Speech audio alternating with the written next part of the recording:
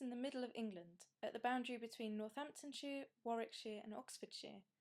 We're between the routes of the first London and Birmingham Railway, which will soon celebrate its 175th birthday, and another route between London and Birmingham, now operated by Chiltern Railways. Other lines between the two cities have been and gone over the last 150 years, but now a new proposal is causing controversy in the area.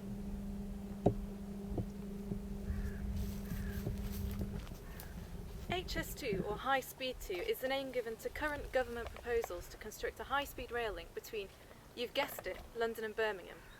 I've been following the arguments for and against with interest, as they've referred back to the 19th century railway pioneers. For example, I've got here a statement by Justine Greening, the Transport Secretary. She says, by following in the footsteps of the 19th century railway pioneers, the government is signalling its commitment to providing 21st century infrastructure and connections. Many people have got a really romantic view of the Victorian railway system, but back in the 1830s, what did local people really think? The London and Birmingham Railway, or LNBR as it was known, was a very different proposition to HS2.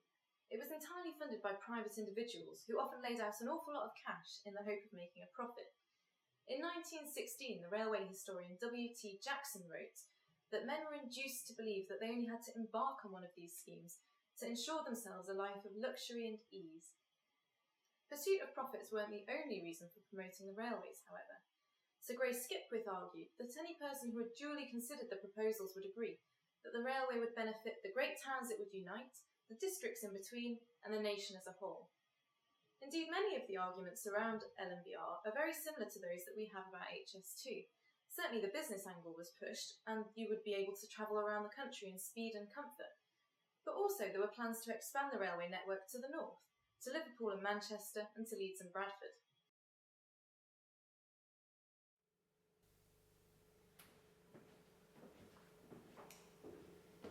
There was plenty of opposition to the line by people who lived along the route, and a survey needed to be completed before the Act of Parliament could be passed. In 1839, Thomas Roscoe wrote about a vicar who was so opposed to the line that, and I quote, "the extraordinary expedience was resorted to of surveying his lands while he was preaching to his flock." Once the survey was completed, the Act of Parliament was passed through the Commons, but it went on to be defeated by the Lords. It was widely reported, in the Times in particular, that the Lords were opposed to these giant iron roads running through their lovely green lands.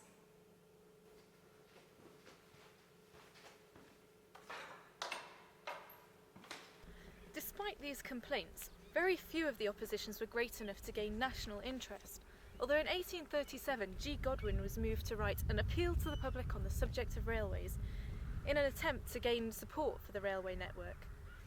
On the London and Birmingham line, protesters in Northampton argued that the smoke from the trains would affect the wool of their sheep, and as a result of this, the railway line was diverted to Kilsby, which entailed a 200-metre tunnel being built. As well as concerns about the route, there are also widespread concerns about railway safety, as parodied in Punch magazine. For example, this drawing, which shows directors of the railway company tied to the train's engine as the only way to ensure a safe journey. Ultimately, the LNBR was constructed despite opposition and went on to form one of the major trunk routes of the British railway network. I do have a final thought to leave you with, however. Furness Abbey was spoiled by a railway route passing far too close to it, and once this act of railway vandalism, as it was termed at the time, was realised, it led to the formation of societies for the preservation of antiquities. This is the same movement that means that today we have areas of designated natural beauty, such as the Chiltern Hills. Only time will tell whether we value high-speed transport more or our historic natural environment.